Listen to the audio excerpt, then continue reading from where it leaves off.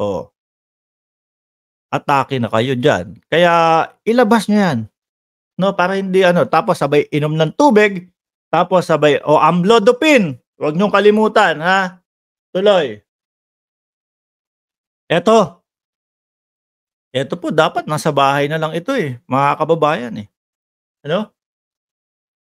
Tapos ewan ko, ha, mga bossing, eto po para sa akin lang ito. Pansin ko lang po ito, mga kababayan. Tingnan niyo, siguro gusto na lang nilang maipakita na ganyan, mga kababayan, 'no, paawa effect na. Oh, alam niyo po, mga kababayan, mga ano, DDS, kung talagang nirerespeto niyo si dating Pangulong Duterte, kayo na mismo nagsisisigaw diyan, pauwiin na, 'no, sa bahay na lang. Oh, tingnan niyo, hindi niyo nahahalata ginagamit nung mga ano, tatakbo para sa pagkasenador? Oh, 'di ba? Ginagamit na lang po 'yan nung mga taong nasa likod niya. Ano sabi dito? Isang kabalintunaan, hmm, na tratuhin ng wala man lang kortesiya at respeto ang lider na minsan rin nagsilbi ng tapat. Eh, kung nagpatuloy po, 'no, na kumbaga nasa bahay na lang si dating Pangulong Duterte, hindi na ganyan. Actually, wala ngang restback na bumabalik sa kanila, Tahimik po, mga boss. Sila lang ang banat ng banat, 'di ba? Sila lang po yung ano, sila lang po yung sigaw ng sigaw at sila lang po yung destab ng destab. Oh, shoutout sa kapatid natin na si DJ Byron at shoutout din kay Dong Kengkoy, ano? May hinahandang tunnel na 'di po ba, mga kababayan? Bakit nila nasasabi na wala man lang, courtesy at respeto ang leader na minsan ring nagsilbi ng tapat? Mabuti at itinuring na ama ng higit na mas nakararaming Pilipino. Dati, pero hindi ko na lang po alam ngayon, mga kababayan. Dati, ako po, isa po ako doon sa nagsasabi na, kumbaga, humahanga ako at sumasaludo kay dating Pangulo. Pero simula nung nagmautog, yung mga banat niya sa ating Pangulo, wait lang, gusto ng respeto, pero ayaw rumespeto. Diyos ko po, Lord. Tingnan niyo po, mga kababayan, maniwala po kayo sa akin, ano, dapat ang dating presidente nasa bahay na lang po 'yan nagpapahinga. Oh, maniniwala kayo na para sa Pilipino pa yung ginagawa nila?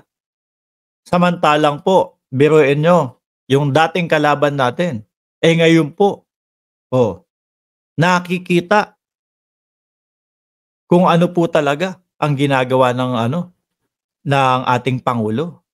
Sila lang kasi yun, Siguro kung medyo tahimik sila, mga kababayan, walang ICC. Ano daw? Gano'n. Parihas. Tayo Ilocano, pag-usapan natin, ICC, bro. Ito, mamaya pag-uusapan, hindi ka kailangan dito sa channel ko. Diyan ka lang. Diyan ka lang sa ilalim, 'no? Kapag kakilala ka na, kagaya ni Trillanes, kagaya ni, yung medyo ano, pero kapagka yung hindi binibigyan ng hagdanan dito 'yan, 'no? Kung gusto mo, eto mga boss, invite daw kayo ni DDS doon sa ano niya, DDS TV. Invite daw po niya kayo, mga kababayan, at magsasalita siya doon sa TV niya.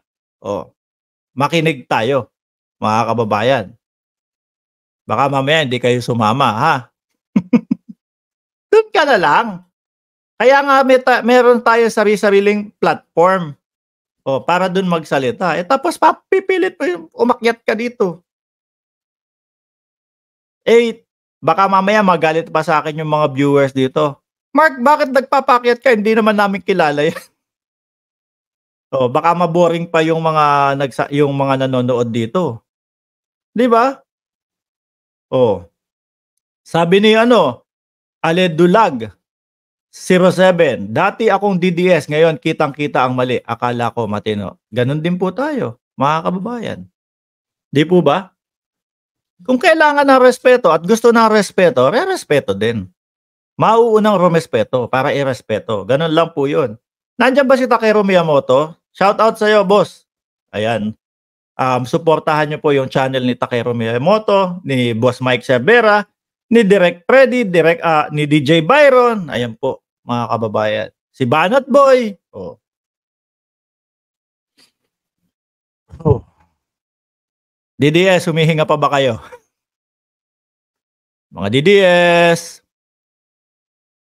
Kung meron man po kayong katabi diyan na DDS, pakitapik, "Hoy, hoy, hoy, okey ka lang." Gano'n yun po, 'no? Eto naman si Nathan, magkokomento lang, top puncher. Kala ko top notcher.